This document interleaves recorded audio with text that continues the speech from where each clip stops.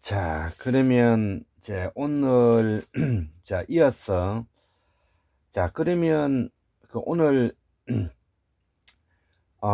우리의 골장의학의 구조적인 측면과 기능적인 측면과 그다음에 이제 기관과 조직에 대해서 이렇게 네 가지를 가지고 우리가 병명에 대해서, 병명이라고 하면은 질병이 생겨가지고 몸에 이제 하나의 병으로서 뭐냐면은 이름을 붙인 거죠. 예, 이름을 붙인 거가 지금 뭐 수백 가지가 되고 수천 가지가 되지 않겠습니까? 자, 이거를 이제 우리가 다시 한번 역으로 다시 한번 분석해 들어가 보자는 거죠. 모든 병명은 이 기준에 기초해서 내 병을 알 수가 있는 것입니다. 자, 그래서 지금 오늘 골장의학 기관과 조직의 9번째로서 이제 여성 갱년기와 척추 교정 이 두 가지를 두고 오늘은 이제 여성 갱년기에 초점을 맞추어서 설명을 같이 해보고요. 또 이어서 척추 교정도 같이 하겠습니다. 자, 그러면 우리가 여성 갱년기 같은 경우가 대표적으로 이제 호르몬의 불균형으로서 일어나는 현상들이죠. 자, 그러면 호르몬의 불균형으로 일어나는 그 현황이 번지수가 어디에 들어가느냐 하면 구조와 기능적인 측면에서 볼 때 기능적인 측면에 들어가는 거죠. 예. 기능적인 측면에 들어가니까 이거는 오장육부와 관련되어 있는 부분이죠. 예, 내수장기를 비롯해서 오장육부 장기, 그 다음에 생식장기, 이거를 관통하는 내용들이죠. 그러면 여성갱년기 같은 경우를 척추가 교정에 그 다음에 거북등이라든지 척추측만이라든지 기타 이런 거는 또 조금 별개라는 거죠. 물론 연관은 있겠지만 기본적으로 번지수가 다르지 않겠습니까? 자, 그러면 이런 여성 갱년기가 이제 30대에 이제 이 호르몬의 부족함으로 일어나는 이제 기능적인 측면에서 문제가 일어나서 생겼다. 그러면은 이제 이 몸의 밸런스를 잡아주는 것이 약하기 때문에 이제 30대 같은 경우는 조기 노화의 현상을 나타낸다는 거죠. 그 다음에 이제 40대에 이제 들어가서는 뭐냐면은 호르몬 분비가 감소해서 이제 갱년기 증세를 나타내고요. 그 다음에 이제 50대에 이제 들어가서는 호르몬 분비가 멈춤으로 인해서 우리가 폐경기 관리도 오고, 그 다음에 여성 갱년기에 그런 그 홍조라든지 잠이 잘 오지 않는다든지 이런 것들이 일어나는 거잖아요.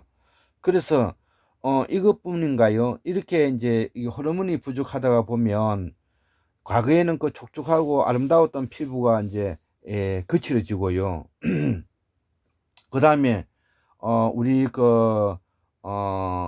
여성 갱년기 호르몬의 부조화로 일어나는 노화의 세 가지 현상이 우리가 있잖아요. 몸 자체가 이제 건조해지고, 그 다음에 이 처짐, 당겨주는 힘이 이제 부족해가지고 처짐 현상이 오고, 주름이 생긴다는 거죠. 그래서 이런 것들이 또 젊은이들에게도 무척 민감하게 이제 들어오는 것이죠. 그래서 이제 50대 이후에 우리 골장 치유에 오시는 분들을 이 기준에 해보면 보통 평균 51살에서 57 정도가 여성 갱년기에 놓여져 있는 나이대인 것 같아요. 자, 그러면 발생은 그렇게 했는데, 그러면은 이제 호르몬의 기능이 이제 향진이 되고 또 뭐냐면 저하되는 이유는 무언가 이거죠. 이유는 가장 호르몬 기능이 향진이 되든 저하가 되든 가장 대표적인 것은 뭐냐면 종양과 염증이라는 겁니다. 종양과 염증. 그러면 종양은 뭐예요? 우리가 앞에도 병의 발생 원인이기도 하고 꼬물락지라 그랬잖아요.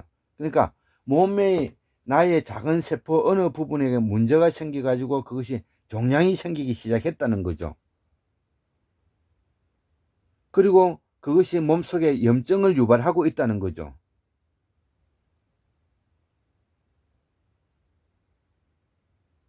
그리고 혈액성 염증이 생기고 있다는 거죠. 이것이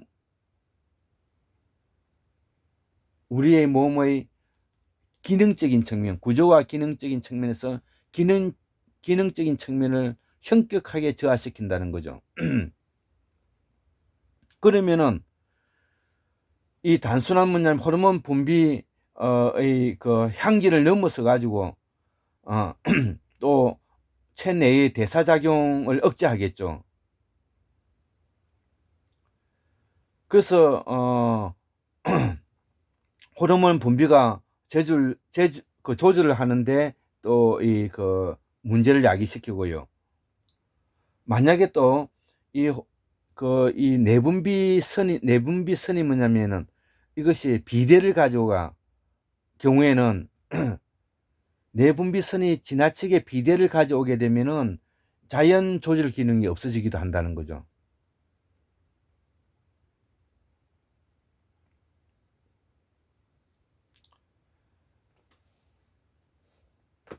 그래서 이제 단순한 뭐냐면 호르몬 그 분비의 항진에 대한 체내 대사작용이 단순히 억제되는 것로만 가지고는 호르몬 분비가는 조절이 되지만은 그것이 내분비선이 뭐냐 비대를 를 동반한 경우에는 자율조정 기능이 없어진다는 거죠. 이때 이제 이 골장에게서는 몸의 뼈 언저리에 붙어져 있는 심층근막의 이상 징후가 나타난다는 거죠. 그리고 이 그 내분비선이 무한히 뭐냐면은 무한정 비대해지지는 않지만은 그 혈중 농도가 일정한 한도에 이제 달하게 되면 내분비계에 있는 분비가 이제 정지가 되어 버린다는 거죠. 이것이 뭐냐면 호르몬 기능 항진증이잖아요. 그러므로써 몸의 에너지의 근막이 말라가게 되어 근육이 이제 딱딱해진다는 겁니다.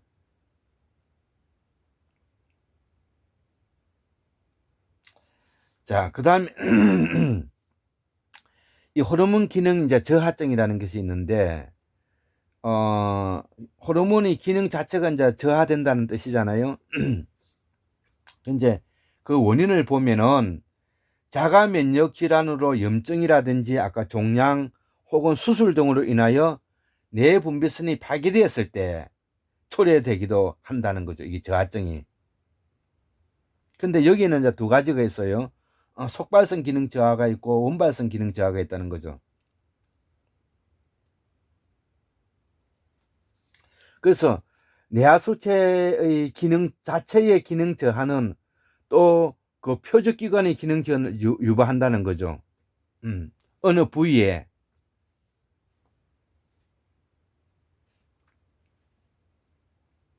이런 경우를 뭐냐면은 속발성 기능 저하라고 하고, 단지 뇌하수체 기능 저하는 없지만은 표적기관 자체의 장애로 인해 가지고 일어나는 경우는 이거는 이제 원발성 기능 저하라고 한다고요.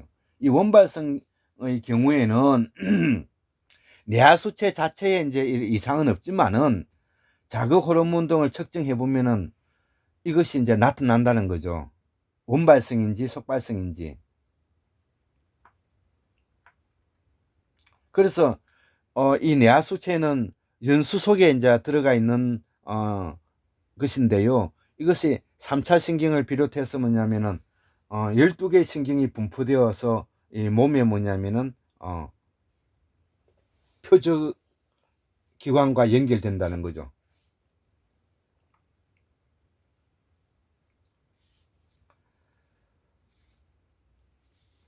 자, 그리고 이제 이 호르몬은 가장 또 중요한 것이 뭐냐면 이 호르몬의 밸런스가 중요한 것이죠.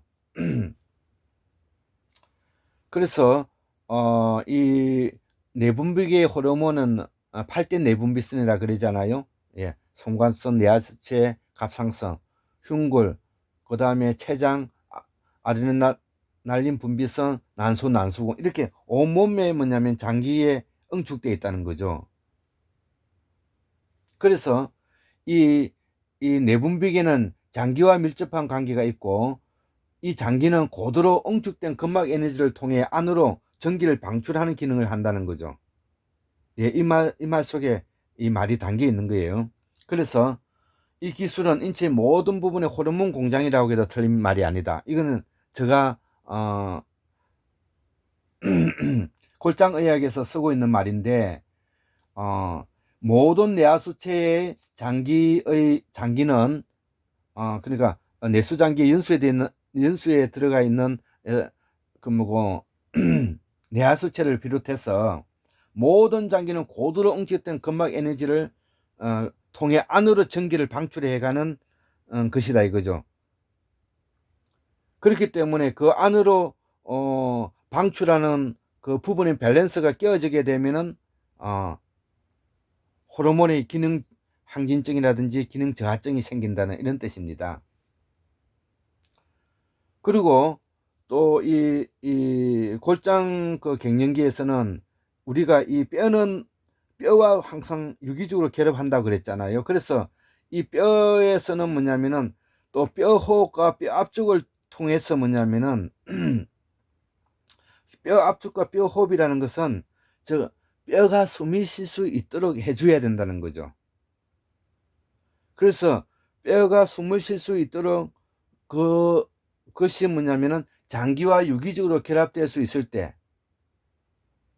그것을 전문 용어로 쓰면은 뼈호흡과 뼈 압축을 통해서 장기와 유기적으로 결합해서 몸의 점선면을 통한 밀착, 호흡, 속도, 압력의 조화를 통해서 근육의 이완이라든지 물질 대사의 조화로움을 말초로부터 대뇌신경까지 정보 전달을 통한 대뇌 시상하부와 내하수체의 이 어깨와 목덜미로 뻗어져 있는 3만 가닥의 아틀라스 근이 이게 분포하고 있다 그죠. 이것이 이제 조절이 되지 않으면 뭉침 현상이 일어나고, 어깨에 뭉침 현상이 일어나고, 목 뒷덜미에 이제 그 뭉침 현상이 일어나는 거죠. 그리고 그 목 뒷덜미가 산소가 공급되고 피가 공급되지 않음으로써 머리가 띵하게 되고, 산소 공급과 영양이 차단되어 머리가 아파오는 것입니다.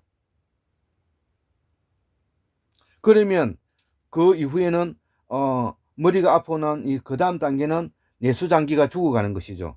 골 속에 있는 내수장기가 들어가는 것이 죽어가는 것이죠. 그리고 뇌세포가 망가져가는 것이죠. 그래서 그러한 유기적인 결합관계를 정상적인 정보 전달과 기능 활성화의 역할을 하는 것이 잇목구비에서 하고 있다. 잇목구비에 있는 이 시신경이 중요하다는 거죠.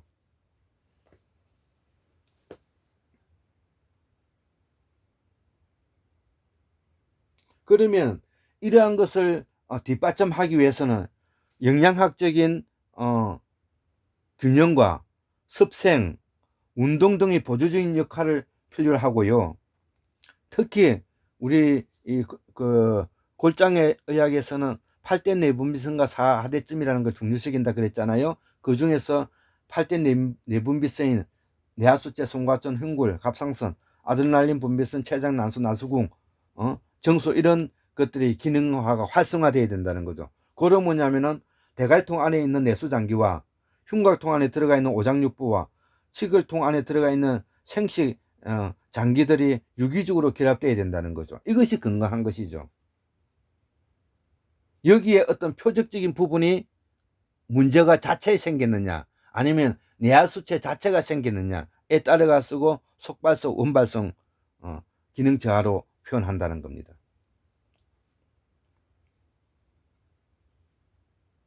자, 그러면은 이거를 여성 갱년기를 우리가 이제 치유 내지 관리 내지 어떻게 할 것이냐. 이것은 뭐냐면 바로 안에 있는 내수장기와 오장육부에 들어있는 장기와 치골통에 들어가 있는 생식장기들을 떫어주는 것이 중요하겠죠.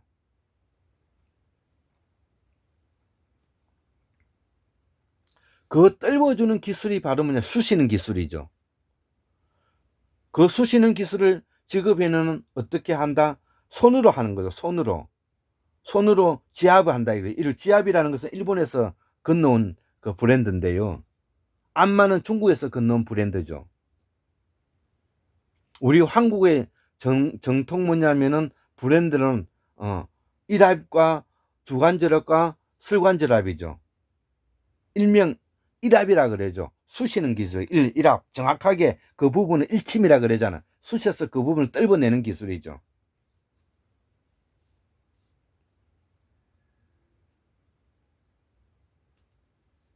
그래서 심층 깊숙이 들어가 있는 근막과 심층 깊숙이 포진되어 있는 동맥과 심층 깊숙이 들어져 있는 뼈와 뼈 속에 들어가 있는 오장육부를 원활히 해줌으로 인해서 그 부분을 문제가 되어 있는 것을 수스스 캔냄으로 인해서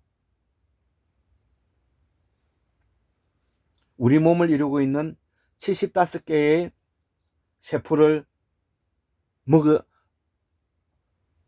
영양을 원활하게 공급시킴으로써 질병을 치유해가는 과정이죠. 그래서 그 영양을 원활히 공급해주는 것이 뭐냐면 유기적 화학적 원소 중에서 특히 뭐냐면 단백질과 지방이 역할을 많이 하는 거죠. 물론 뭐 탄수화물이라든지 물이라든지 해본이나 비타민 이런 건 무기질도 포함하지만 가장 대표성을 띈다면은 단백질과 지방이죠. 그래서 호르몬의 모든 뭐냐면은 8, 90%는 그 단백질이 하는 거죠. 아울러서 8대 내분비수만 중요한 게 아니라 이 배꼽 밑으로 해가지고 하대의 부분도 중요하다는 겁니다. 예.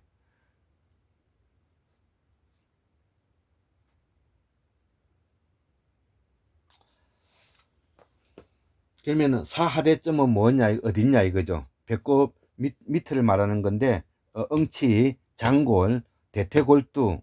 예, 대퇴골두의 언저리에 문제가 생기는 것이 이게 대퇴골괴사라는 거예요. 대퇴골괴사. 대퇴골괴사라는 게 말은 대퇴골 아주 무시무시한 이름이지만 따져보면 뭐냐면은 뼈 언저리에 있는 기능이 저하됨으로 인해 가지고 근육 다발이 굳어졌다는 거죠. 죽어간다는 거죠. 괴사.